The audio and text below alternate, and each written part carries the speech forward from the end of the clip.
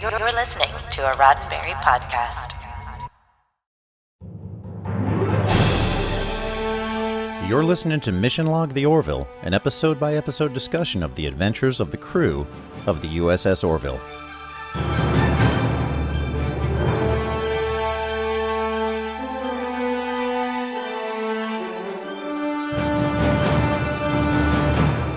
Welcome to another episode of Mission Log the Orville, as we continue to dig deep into the Dark Horse comics by David A. Goodman. This episode, we time jumped to Season 2.5 to discuss Launch Day, the one where Bortus squares off against the Krill as Ked and Ellie investigate a mysterious planet that left the Union decades ago. My name is Jessica Lynn Verdi. And my name is Mike Richards. We've got the return of Captain Kraytok today. Ha! Mission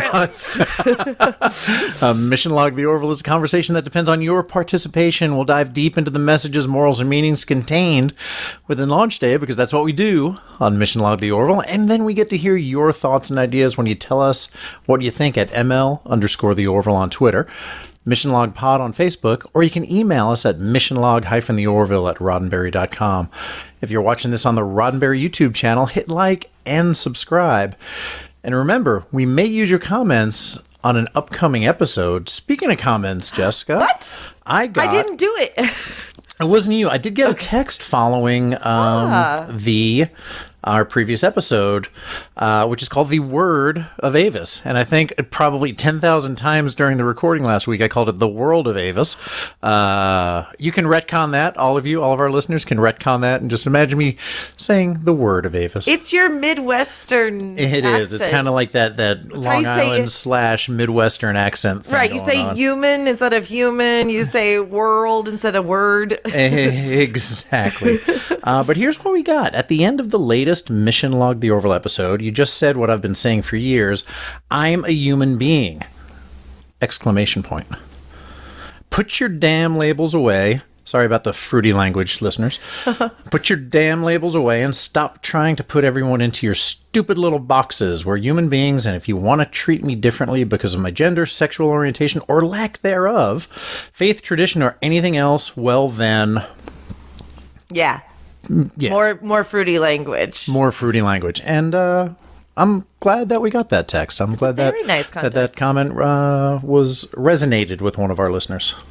Yeah, I think in a time where identity is such an important part, people should also be free to just be who they are as well. Yeah. And, more on that later with this episode, I think, because we're going to get into similar identity and discrimination maybe issues in this one. I'm not really sure because I haven't listened to your recap yet. So. Yeah, I know you haven't done any research or work. So no, I'm just going to listen to your recap and then I'm just going to riff. Okay, great. So here's Jessica with the recap. All right, Launch Day, Part 1. We open on Ensign Ed Mercer and Ensign Gordon Malloy 20 years ago, fine-tuning their repartee that we know and love. After a little brown-nosing, Gordon gets to take the blue-nosed Issel back to his home planet, Alabar. It seems the Alabarians are leaving the Union with nothing so much as a wave. In the present, the Orville intercepts Krill vessels entering Union space on their way to Alabar, to neutralize what they perceive to be a threat. An extraordinarily large amount of quantum interference is coming from the planet, and the Krill assume it to be a weapon. Doing the diplomatic thing, Ed and Kelly are able to negotiate 2 days to investigate the quantum disturbance, but are also cautioned by Admiral Ozawa that the Alabar have been radio silent since it left the Union 20 years ago. So they have no reason to not assume it's not a weapon. Is that enough double negatives for you? As well.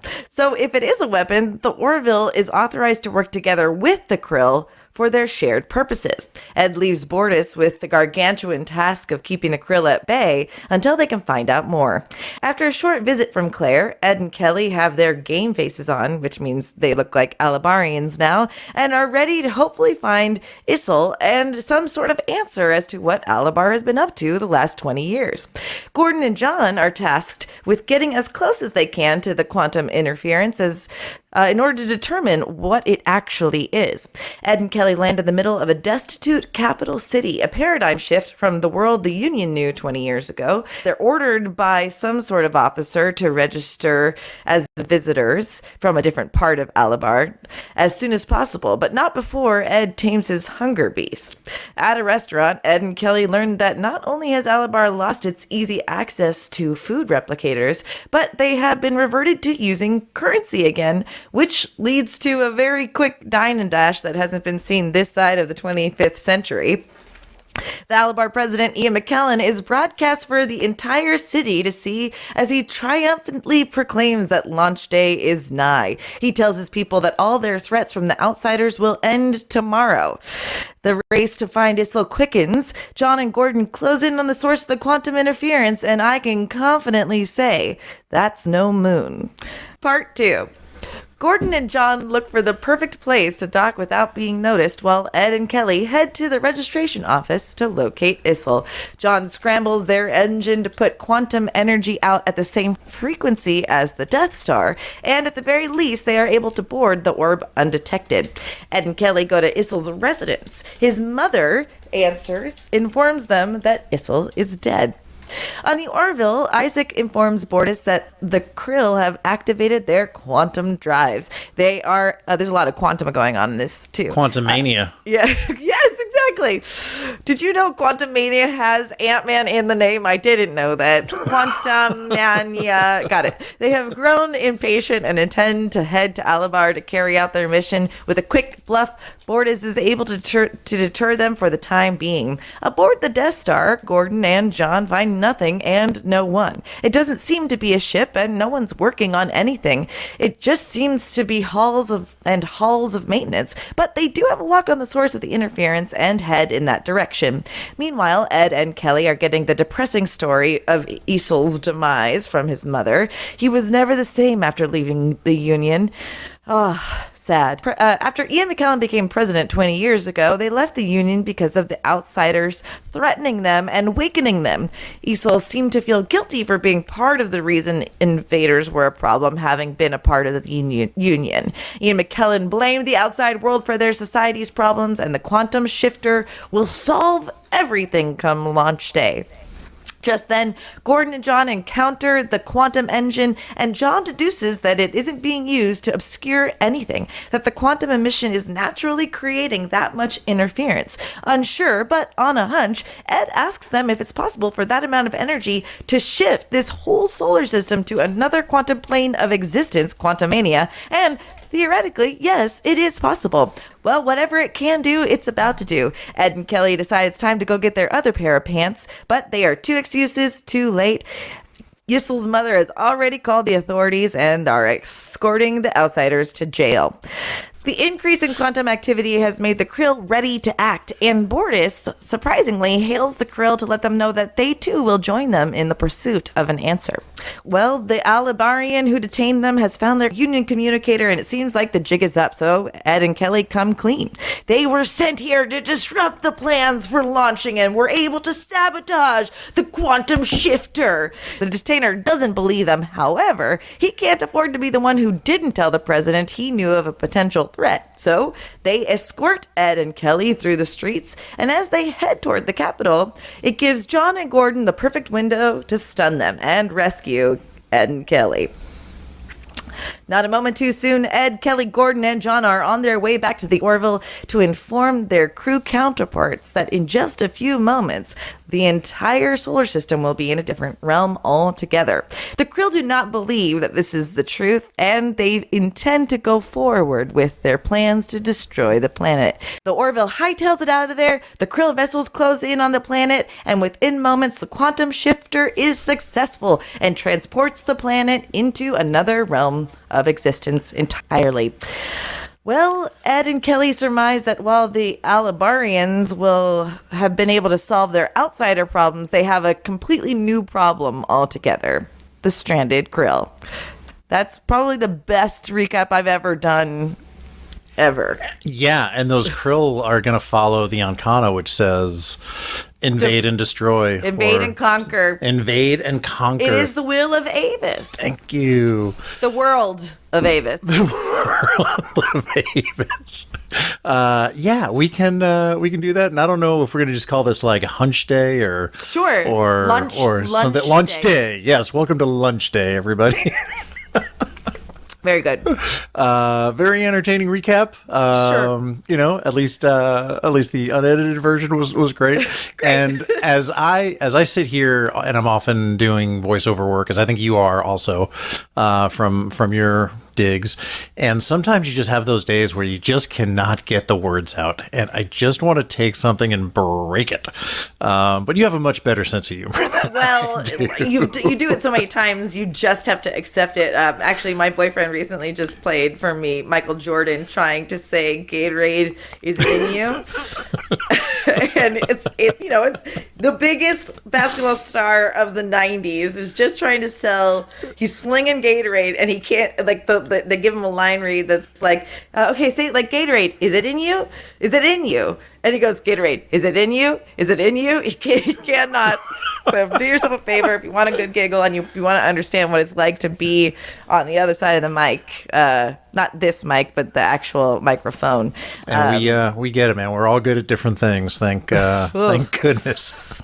Hey, he made $1 million by not being able to say, is it in you? So. Oh my God. And I just watched Air last night with my daughter. I got to get in on that. Phenomenal movie. I really enjoyed it. Just for the soundtrack and the period piece. It's viola, that we right? can call the 80s. Yeah. It's Jason Bateman, who I love. Is it 80s or early 90s? It's 84-ish. Oh, wow. Okay, I'll have to check it out. Yep. Well, let's recap that later. Take a peek. Yeah, we'll cover that on Mission Log. Air Jordan. Or just Air. What we are talking about today, though, was written by David A. Goodman, illustrated by David Cabeza, and the colorist also Michael Atiyeh. So that team is back. This comic book, however, was released on September 2nd, 2020, almost a full year after The Word of Avis. Initially was slated for a June 2020 release, but Dark Horse. It's hard for a kid from Long Island to say Dark Horse. Yeah, Dark Horse. Dark Horse Comics delayed it until September of 2020 because of the COVID pandemic. So set between seasons 2 and seasons 3. We have 4 stories to talk about during seasons 2.5. Interesting fun fact on the Quantum Drive podcast, David Goodman said he originally sketched out the story around 2015 while he was writing the autobiography of James T. Kirk. He liked the idea of a massive foreboding construct that seemed to pose a danger to others, only to be revealed as something entirely different.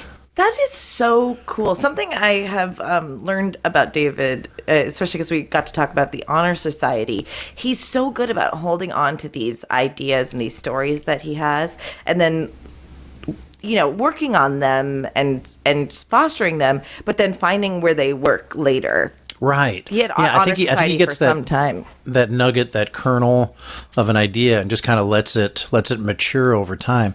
And I'm glad you brought that up because he did. He was very open with us about how long he had sat on some ideas, not only with Honor Society, but also with the Krill. He mentioned societies that, become more technologically advanced. Often it's perceived that they become maybe less focused on religion, and they wanted to... Would be the theory. Right. They would have the theory, and they would, they wanted to explore the Krill, that kind of... Both of those things kept. So really interesting. Another Krill story that we have today with a returning Captain Kratok, who posed in with the little dialogue box. Aha! I fought with you 12 months ago during season 1.5. Did you read that comic? which was just fantastic. So yeah, Easel, that's how I was saying it. And it reminded me a little bit of the Cell, Tzel, in New Beginnings. Yes. So we have Easel, we have the Cell. Yeah, that's enough. No, I don't think we need too many other variations on that name or that Thank theme. you. Yeah, that's good. We'll see what 3.5 brings us. Exactly right. Excel. So it's funny because we were just talking last week. Apparently, I had read all of these comics before we did our supplemental episode with David Goodman, in between seasons 2 and 3. So it was during our season 2.5, if you will. Yeah, it was. You were fanboying. You're loving it. And so last week I was like, did we not see Ed Mercer somewhere in a red engineering uniform somewhere in a flashback or something? And we decided, no, that was in one of the comics, and specifically it was in this comic. Right. Looked like engineering duty, but wearing that same pilot, looks like the engineers and the pilots wear the same thing, the red with the kind of gears and the Union logo. So, and they were on the same, Ed and Gordon were on the same duty, right? Routine maintenance on a shuttle. So, again, possibility that Ed flew at some point in his career. Maybe he was just wrenching on shuttles and managing trying to move up to get that sweet gig in command of a space station or whatever that was. Moving up the ranks. He wasn't James T. Kirk. And moving up the ranks quite a bit more than Gordon did in that 20 years. Speaking of James T. Kirk, I had my microphone muted during your recap, but when you said Ian McKellen, I laughed out loud because obviously that's who that looks like, the president of at least. Us. And there was some talk by David Goodman that some characters were based on real actors. He probably said to David Cabeza that, this character is this type of person or that character is that type of act. I envisioned that kind of actor, and it was drawn that way. But no specifics are given, right? Right. To me, the captain of the USS Bohr, the science ship from 20 years ago, looked kind of like a cross between Star Trek the Motion Picture Captain Kirk. With kind of like the dark hair, but a little bit pudgier, kind of like 91-year-old William Shatner. I thought he looked like a brunette head of engineering guy. The blonde who's also on the cover of this thing. Just at first glance, I thought it was that guy. Okay, Newton. Yeah. Steve Newton. Yeah, he was gone by now, though. He was. He certainly was. But that doesn't mean 20 years ago he wasn't... he looks like Bill Murray, actually, a little bit. He's got Bill Murray's nose. Yeah. So wait, who did you say he looked like to you? He looked to me sort of like a young, pudgy William Shatner. Yeah, I can see that. Instead of like an older, incredibly well-preserved 90-something. He looks like William Shatner. The Michael mask turned out. The Michael mask is exactly Captain Kirk turned out. That's what it looks like. So I was trying to think who the actress, who does the chef lady look like, and I can't. Laurie Metcalf is who I had for a second. Right. At Jackie, is that right? Man, what a funny idea to go get lunch, though. It's so dumb. Yeah. It's so dumb. Ed, also, you have no idea if you're going to enjoy their cuisine. How many times have we seen him have a distaste? Do you have a napkin? Yeah, exactly. Exactly. But Isil's mother, I think, is Winona Ryder from... Oh, my God, from Stranger Things? Yes. Because she's got a Will Byers, My Son's Dead, and then the jacket... Yeah? I think it's a Winona Ryder thing. Yeah, like you tell she was, an attractive woman living through some stressful times. Right. And the hair's about the right length. Taking a toll on her. I loved the line where she was like, no, you can't come in unless you have nothing better to do than bother an old lady and talk to her about her dead son. And Kelly was like, yeah, we don't. And she was like, okay, come in then. I love that too. that's where, the humor of the show can really shine, because it's the truth of the moment, right? Yeah. We talk about that a lot. And my personal philosophy with comedy is the comedy comes in the truth, and that was such a good line. It does. It comes with those, those relatable moments. Right. Like when you look back 20 years ago and wondering what you were doing with your haircut. All right. Here's the thing. I doubt that haircut's even regulation. Why? You had to put some. I love a good mop top. I'm a Beatles fan. Uh-huh. And I would love to see Seth with a little bit of a mop top. Sure. Right. That was bad. What do we think? He's 18? I would think to be, I kind of equate Union Point to being, like one of the military academies. Sure. So by the time you get out of that and you're an ensign, you're probably about 21, 22 years old. Sure. And, okay, that's right. Because then he's in his 40s as the captain. Right. Right. So that's kind of how I, age, I think. So, not to split hairs, 18 or 22, but I think more early 20s. I think you're right. And maybe he had like a pretty squared away haircut, but he was just kind of like heads down, working really hard on the routine maintenance, and just was unkempt. Well, correct. Because and of the hard work he was doing. Some people are able to grow full beards, but Gordon's, despite being also 22, I think we're going to go with 22. He had a very full ruffian beard for a scruffy boy. But I love that challenge that the comic books, like, you can give yourself that challenge with the creativity. It's like, oh, let's see them. You don't have to spend thousands and thousands of dollars in retroactively de-aging your physical actor. You can just draw it, and there's something really freeing with that. Oh my God. So I don't even know where to go next. The first thing I wanted to talk, we're talking about that and how the actors are drawn. What I noticed at the end of this story, and it might have been at the end of the 1.5 books also, I just didn't notice it, was the sketch work in the back of it is what I got in my Kindle edition. So I got to see sort of early sketches of Ed and Kelly in their blue clothes with bluish skin, and it was really, really interesting, that concept work and how it really transferred to the story, because their label is like early artwork. And it was really, really nice to see. I haven't noticed that yet, because I'm moving through this slowly as well. Yeah, sure. So you probably haven't like flipped to the back of the book. No, but this is amazing. I'm really excited for this lady in this superhero getup. What's going on? Zorro meets Catwoman. Yeah, that's the one we're about to do. We'll do that next week when we cover Heroes. But in this one, I thought the look was really, really working for Kelly. Just the clothing and the kind of the hair behind the ear kind of thing was just looked very good. It was very easy on the eyes, I thought. I think that's a fair compliment. Not that Ed Mercer's not easy on the eyes. He's easy on the eyes. He's quite easy on the eyes. He's easy on the eyes. They're very handsome as teal people. They are. They really are.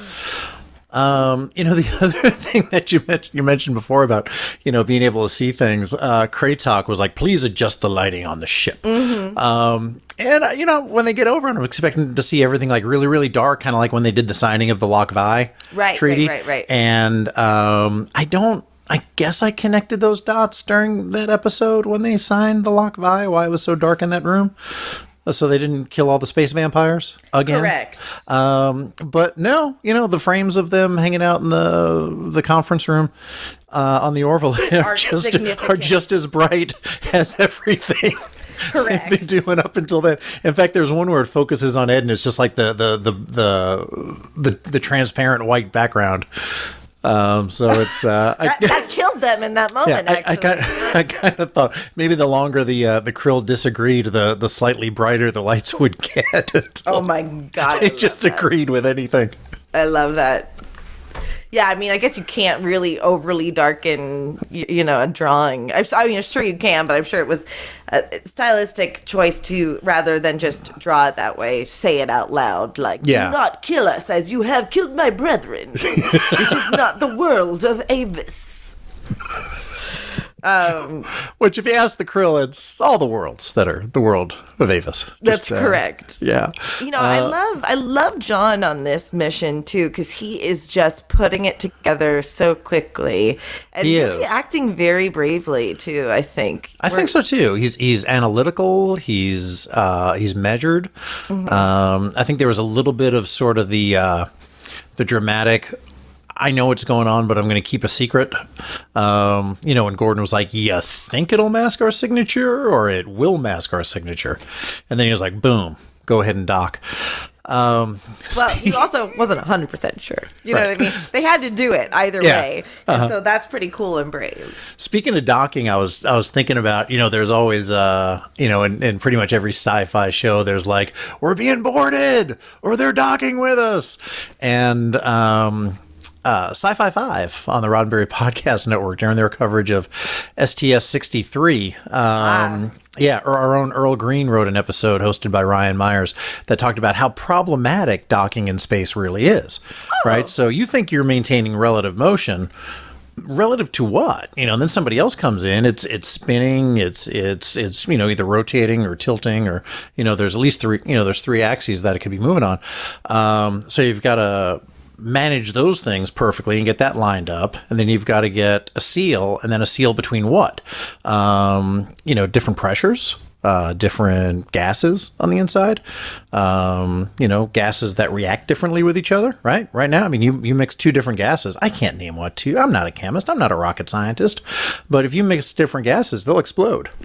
Right? So you can't just willy-nilly go doing these things. So, but docking is like when they say, we're being boarded. Like, wow, that's like a feat unto itself. That's huge. Check out Sci-Fi 5. You should, absolutely. It's a great way to make sure you sound smart in front of your friends. But like we've said many times, if you're worried about how they eat and drink and other science facts, remember, it's just a show. You should really just relax. I like that it ups the stakes, though, that I can't believe we're being docked. So. And then when they were walking around on the inside of that place, did you notice how messy it was? There was just like cut wires laying all over the place. And stuff like that. Like it was like just as run down as the streets, on the capital city that they were walking around on of Alabar. And I think we'll talk about this a little bit more when we get into why they wanted to shift into a different realm and, the tactics that the leadership used. But I would be so curious to understand what we didn't really get was what did the society think was ailing them, and why did they think it was outsiders? And I would love to talk about that in general. I don't know if we got enough of the specifics, but yeah, definitely something for the next part of the show. Yeah. In the meantime, though, we're running out of adventures with the old shuttle. Are we? Oh my God, I didn't even think about that. Yeah, because by the time we get to New Horizons, and there's so many new things in the Orville, right? So I'm always kind of juggling New Dimensions, right? The 2-dimension space episode from season 1, right? New Beginnings from season 1.5, the comic, as well as New Horizons. Spoiler alert for those of you who haven't gotten there yet. Season 3 of the Orville. I did not put. I didn't even think about the. Okay. So yeah, I've always got to think a little bit. And if I'm the guy that like the word of Avis and the world of Avis confuses me, think about how many cats are running around my head with the other one. Eagle Moss, as most of you may or may not know, has gone into receivership, but their stock was bought by a company called Master Replicas, and I recently received the Orville 197A shuttle in the mail. Have not opened it yet. I don't know if we want to do a little unboxing, little bonus for our YouTube fans or not. That's pretty friggin' cool. Let me just say, that's all I'm going to say. We could also, you could bring it to, you want to unbox it right now? Let's go. Yeah, let's do it. Let's do it. Let's do it, because I'm definitely going to run around the house with it later. I was thinking about your ships today. It's a very cool thing. I'm still in movement. I have hardly put anything up in my apartment. Good. And then we have the book. So and that pretty. comes with, all of these things. It kind of explains, there's Gordon right there. So you can kind of flip through this and look through different things there. And then this comes, it's kind of 2 layers of plastic molded around it. If you guys have gotten any Eagle Moss products before. and it's die cast, so it's pretty heavy. It's got some weight to it. Sure, I love there. that. So It's gorgeous. my camera's just a little bit too much exposed right there to get a look at it. Ah, there it is. That's a good view. There's nothing like the way light bounces off a physical compared to something that's CGI. Well, and that's what they were talking about too, was they did use a lot of physical models for the special effects. Not that one, but and then that's so cool, Mike. And then there's a stand. So yeah, check it out. Master Replicas. You can get a look there. And Earl will let you decide if you want to keep that in for the YouTube version or just cut it out or whatever you want to do is fine with me. But Jess, you ready to move over to the other side and talk about the big ideas in this one, which there are a lot. I've never wanted anything more in my life, Mike. Oh my God. I'm so glad I brought it up. Keep the outsiders on the other side though, okay? Sounds good.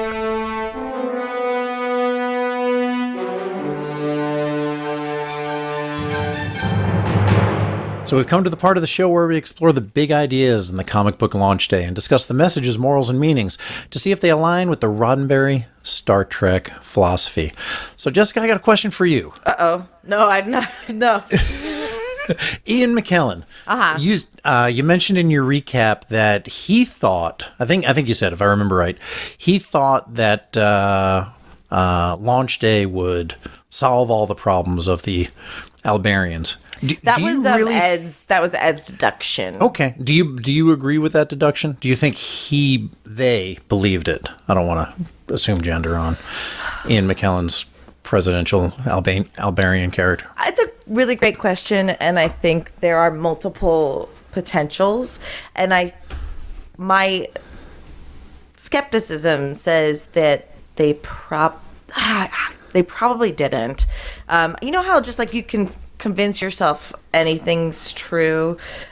He might at a certain point just be so bullheaded that he believes that outsiders, which I can't imagine there are any on their planet, are the cause of their problems. But when you heard the launch lady talk about the fact that the rich might still have replicators. I'm just picturing us calling this episode Lunch Lady instead of Launch Day for the whole night. It isn't Lunch Lady? I'm so confused. But maybe that's why he was hungry, because I kept on hearing the word launch. I think when you start hearing about the disparity between the rich and the poor, I can't help but feel like these were people that were just saying, oh, we have to raise prices because of inflation and all of the immigrants are the reason California has a problem. You can't, what are they going to do? And so, it's that sort of xenophobia that keeps a very wealthy president or the 1% exponentially more wealthy by making the greater public believe that the problems aren't the problem, that aren't created by the 1%. Yeah, I mean, so forms of government going back, thousands of years have been to, offer a little bit of protection, a little bit of security in return for the people holding the strings of power getting to live literally like kings because they were kings. A little bit of tithe, a little bit of tribute, a little bit of taxation, and they're in the castle, and you're out, toiling away, hoping against hope to get enough, food for your family each and every week. So my default position is that anything a politician says at any time ever is to stay in power. To gain power, to stay in power, to push their agenda, with very, very, very, very few exceptions. So while Ian McKellen may or may not, and I hope everybody realizes that we're not like slandering Ian McKellen, right? Which is actually why the character that looks like him. He really does look like Ian McKellen. Do yourself a favor. Yeah, and so I really think that there were problems, right? Could he solve these problems of inequality? Well, probably not without giving away stuff that the rich have, which ain't gonna fly. Could he solve the problems of whatever problems they were having, whether it be, inflation or just a dilution of their cultural, their, global nationalism, if you will, which I guess is a thing once you're, in a union of different planets, sort of like the planetary equivalent of nationalism. Could he solve those things on his own? Probably not, but you can find people to blame. Right. And then you can have that common enemy, and then you can stay in power for 20 years, which I'm sure is probably longer than the elected official prior to that was allowed to run or to serve. Ought to be. So, yeah, I kind of get the idea that, even though there was this, dear citizens, starting tomorrow, all our problems will be over. I don't think they were buying it. On the other hand, old boy was willing to commit. If you're going to take your solar system out of this quantum realm with a giant quantum drive and put it in a different quantum realm on a different plane of existence, that's a pretty bold move. Well, so that's where it's incongruent for me, because you bring up a good point. He's saying it's going to solve all of our problems. Right. It's like Trump saying we're going to put up the wall. That's going to keep immigration from happening, right? Mm-hmm. Or whatever, because that's the biggest problem America has. And if you can't hear my emphasized air quotes, then you aren't understanding me. But then you need to learn how to hear emphasized air quotes. Yes, you do, please. But the wall was never going to be built properly. He just wanted to, it was always a wag the dog situation. And he knew it, we knew it, or, people that had critical thinking under their belt. But for him to actually say, we're going to do this and it's going to fix things, then he actually has to put up or shut up, which then makes me believe he does think that that's going to be the solution. Because now you're isolated. I would say between you and your flawless logic and hearing me say things out loud, which often changes my mind from how I'm thinking them, the fact that it was time to flip the switch on this thing and no going back, we are going to be the only ones in the universe, kind of makes me think that old boy believed it. Well, no, and you changed my perspective on it too. I guess that's why I said at the top, you can convince yourself of anything. There's actually a really great digestible series on Netflix called Explained, and they will spend 10 minutes explaining cults or memory or music, and it's basically just a little not a biography, but a documentary on just subjects that might interest you. And one of them was, in fact, on memory and about how our brains trick ourselves to the point where a woman who was younger when 9/11 happened, she recalled her mom working at the Twin Towers, seeing the smoke billowing over the Hudson Bay and being in terror out of her elementary school window. That girl's school didn't face the bay. There wasn't a window not facing the bay, and her mom wasn't at work that day or something to you'll have to watch the Explained and tell me what I forgot. But you can, another thing I heard once, and I try to challenge this, you're never remembering the memory the exact way it happened. You're remembering the last time you remembered the memory. Yes. Every time, and John and Norm talk about this a lot on Mission Log. Every time you create a new, you access a memory, you're essentially building it for the first time. So we're not flawless creatures. I sounds to me like Ian McKellen ran on a platform like, I'm going to change things. I know what to do. This is the problem. Us being part of the union is the problem. There had to be a lot of fear mongering. Had to be a lot of otherism happening. There had to be a lot of xenophobia. Like a half of the people must have believed in it. I also find it strange that Isil or whatever, I can't gather enough from the context of the story whether he believed the president was correct or if he couldn't believe that the president was correct based off of his experience. Yeah, I thought it was he couldn't. His mom said he had a lot of problems with the president, whatever his name was. I want to say Bert, but I know that Pret, is that right? I think that's right. Pret the Prez. He had a lot of problems with him, which caused him some problems. So I thought that he was always in constant disagreement with this xenophobic agenda. Well, Xenophobic or agenda. he gave up, because the one of the phrasings that confused me was like he couldn't accept that he was part of the problem by being part of the union. So I didn't know if it's because he felt the guilt, but I think you're more accurate. That's how I read it initially, but in rereading it, I think I confused myself.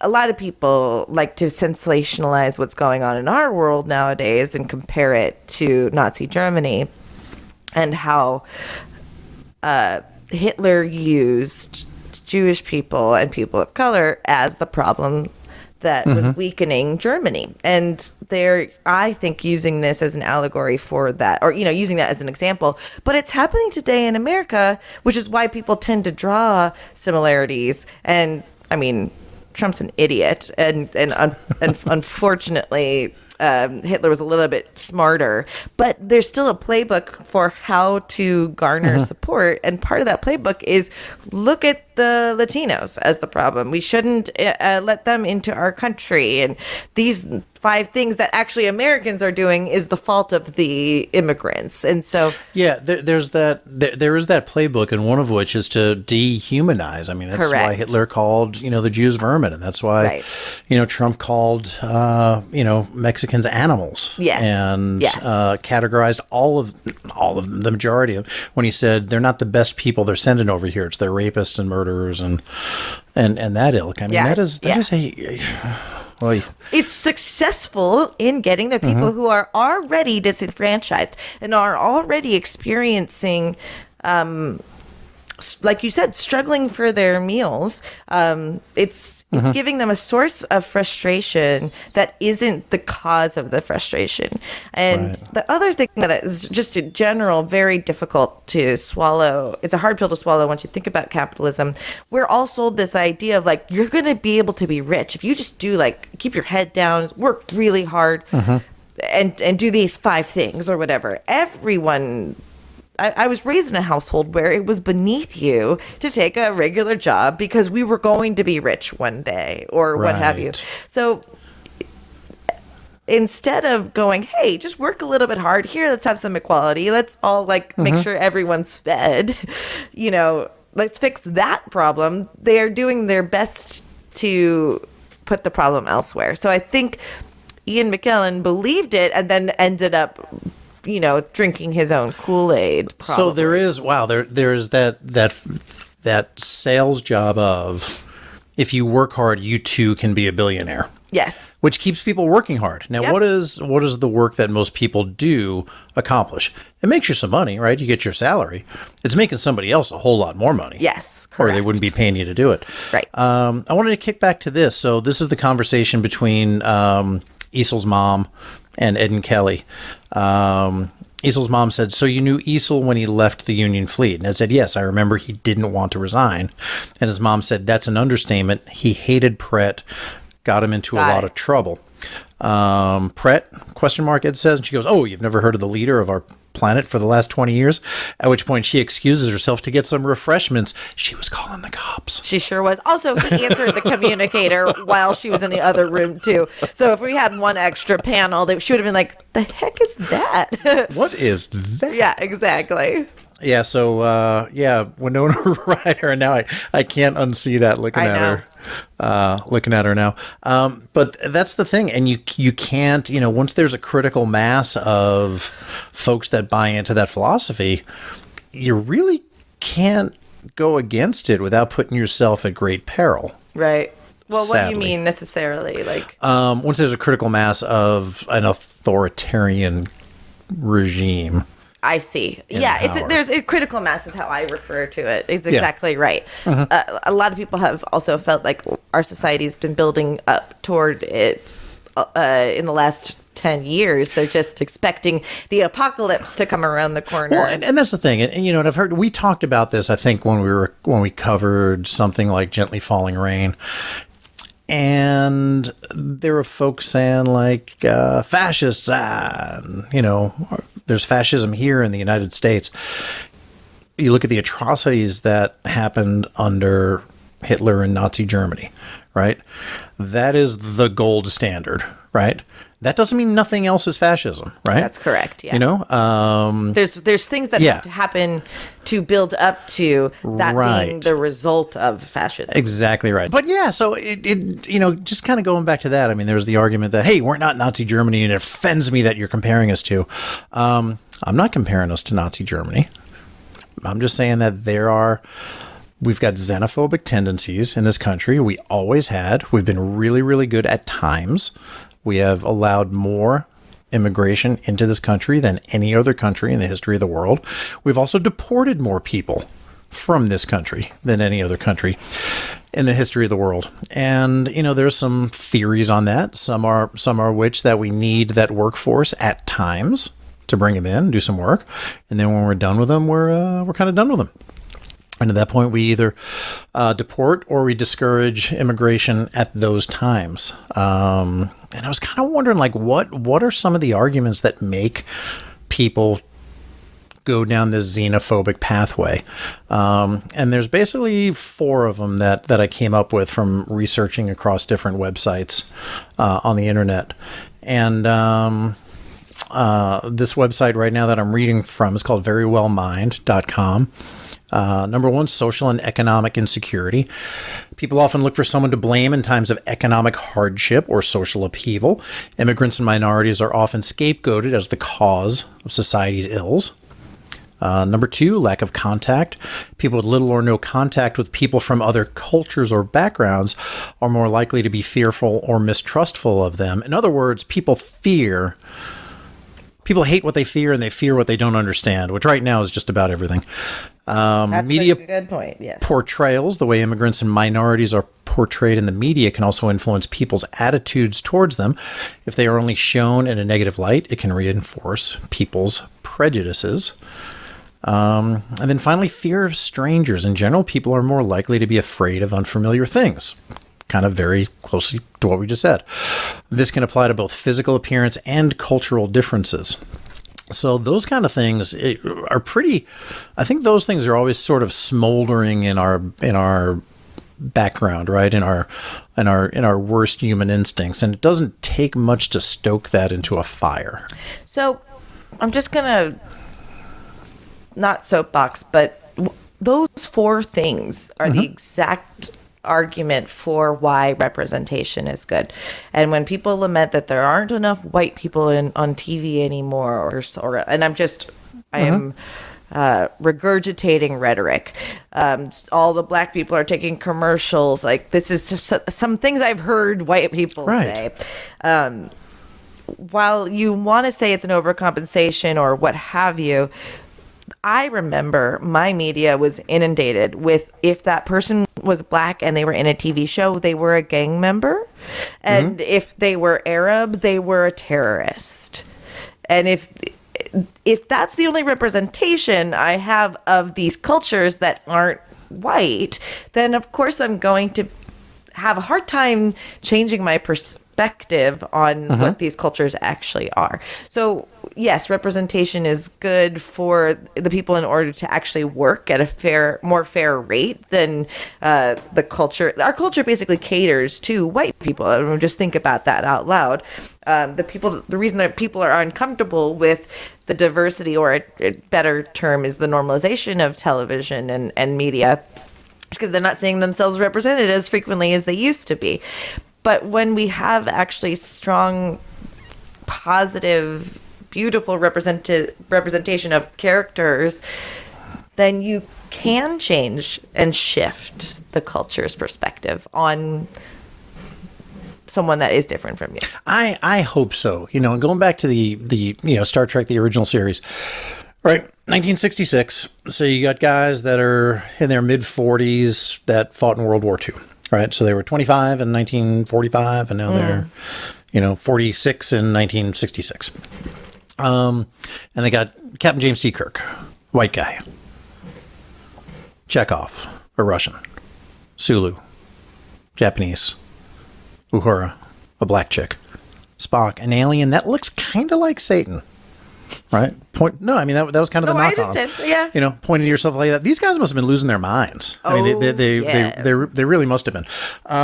So the reason why I'm an airline pilot right now isn't because of any better reason than Tony Nelson on I Dream of Jeannie, than because of Starbuck on the original Battlestar Galactica, than because of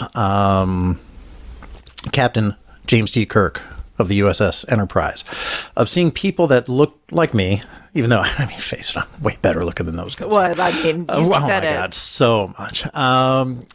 But I saw my demographic doing those things, and I thought I could do those things. And when you don't see your demographic doing anything but being an assistant to, the real doctor, or being, killed by the end of the episode, or being a criminal, or being a terrorist, then are you going to aspire to those other things? Like, where do you see yourself in society? So, and I don't have an answer to that. I just know how that representation positively benefited my sense of place in the world and the kind of things that I could aspire to. The culture benefited you just because it was a culture that was for you, and that's doesn't make you a bad guy. No, I just me a bad guy. Just accept understanding. I just wish it would benefit other people the same way. Well, and what's there? Then you get the stories of people who are fighting to change that, right? Despite not seeing themselves well represented, are still going, nope, I deserve that, and that is where we're getting and sparking the true change. And I would say you're helping that along as well too, just by recognizing. I mean, the world's a better place for you being a pilot. So it's awesome that you got to be that. Doesn't mean you shouldn't be a pilot, but you get to understand what got you there, and then you do good with that position ultimately. I hope so. I think that's right. Yeah, one of the things also, shifting gears just a little bit, because if I don't say it now, I'll forget it forever, is the episode did remind me somewhat of, I believe it was season 4. It might have been a season 3 episode. Must have been a season 4 episode of Enterprise, aka Star Trek Enterprise, where with the sort of basic structure of the United Federation of Planets starting to form, meeting some different aliens at that point, and having some aliens on Earth, there was a xenophobic pushback in some of the episodes, and some terrorist acts committed, and sort of a desire to pull back and not be part of this this interplanetary family, which would water down the culture. Yep. The pureness of the culture. So that was explored also in Enterprise, as was one of the things. Did you think about anything from the original series when you saw that party, that launch day party? It had vibes. It had Return to the Archons vibes for me. Yes. Like you're here for the festival? Yes. No, man, we're here for launch day. Yes. We're here for the launch day party. Yes.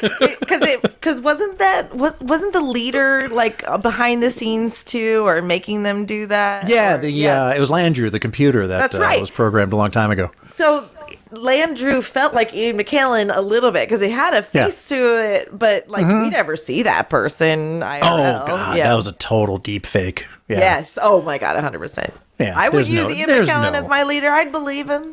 There's no Pret. Well, anything else we want to talk about in terms of the big morals and messages? Just the question, man. You think this one holds up to this? We didn't even really talk about the ending of this, but man, it just reminded me so much of a Twilight Zone episode, really. As we kind of discuss in this part of the show, whether or not we feel like this episode held up to the Roddenberry Star Trek philosophy. For a lot of reasons, I'm going to say yes, but man, it felt like a Twilight Zone ending. Like, okay, we did our thing, man. We got our own. We're the only star in the sky now, and none of these yucky aliens are around. None of these pesky, except for the Krill that are gonna invade and conquer and enslave us all. Oh yeah, it's over for them. They made a much bigger problem for themselves. I actually look forward to. I don't know how they would cover. Do all the exposition, but I would love to see what it would look like in the future. Oh, yeah. You know what I mean? Be really interesting. It might be a way to come back, or maybe this planet phases in and out, every couple of 100 years, and you can see how it progresses. Maybe once every 7 days, it progresses 700 years or something like that. And Isaac can spend some time there. I don't know. It's just a thought. We'll never see Kraytok again. Don't get your hopes We'll up. never see him again. Well, so what do you think? Do you think it holds up to the Star Trek messages? I know you just said that, but. I really do. I think it holds up. I loved the Twilight Zone-ness of the ending. But I'm going to go. It's kind of Star Trek-y too. Yeah, it sure is. I want to fall back on a quote by Gene Roddenberry, as I often do. And this quote says, Star Trek was an attempt to say that humanity will reach maturity and wisdom on the day that it begins to not just tolerate, but to take a special delight in differences in ideas and differences in life forms. If we cannot learn to actually enjoy those small differences, to take a positive delight in those small differences between our own kind here on this planet, then we do not deserve to go out into space and meet the diversity that is almost certainly out there. And I think this story really is sort of built around that. These folks cannot appreciate that diversity. And not only are they going to be on their own, they're going to be gone. They're going to be extinct. I mean, it's amazing when you talk about like the different ways why we haven't met at this point. Another technologically advanced society, and 9 times out of 10, it's probably because they've already blown themselves up out of disagreement or what have you, or it's just they're playing too far. You're so right that, gosh, there's always a good Gene Roddenberry quote for anything. And if you are interested in listening to the legacy that Gene Roddenberry left, there is a Roddenberry podcast quoting Gene Roddenberry, where they go through 100 quotes for his 100th birthday. So there's 101 episodes where you can check out something that Gene has to say. And very, very reflective and introspective person who really wanted us to see the best versions of ourselves, but also knew how to critique it as well. Yeah, Rachel True and Trent Venegas did a wonderful job on that show leading up to Gene's 100th birthday. And I look at it as a metaphor, right? I mean, we've got serious problems as the human race. And if we can't embrace the differences between our people and just first consider ourselves people before we consider ourselves of a certain nation, of a certain race, of a certain religion, and just put that humanity first. That was the Star Trek message. That was the message that Kirk delivered to the young officer who was just smitten with Apollo, in whom mourns for Adonais. It's like, you're a human being. We're the only ones who exist, and we have to stand together. We have to put each other first. And if we don't do that, we are just as backwards as the Alabarians are. Alabarians. Well, Mike, thanks as always for your insight. Thank you. Mission Log The Orville is produced by Roddenberry Entertainment. Technical production by our good friend Earl Green. Our website and your opportunity to comment and connect with us is podcasts.roddenberry.com. If you're watching the live premiere on YouTube, join us on the Mission Log Discord to continue the conversation. If you don't have access, go to patreon.com/missionlog and join for as little as $1 per month. And be sure to join us next time for Mission Log The Orville. We'll have another supplemental episode for you next week.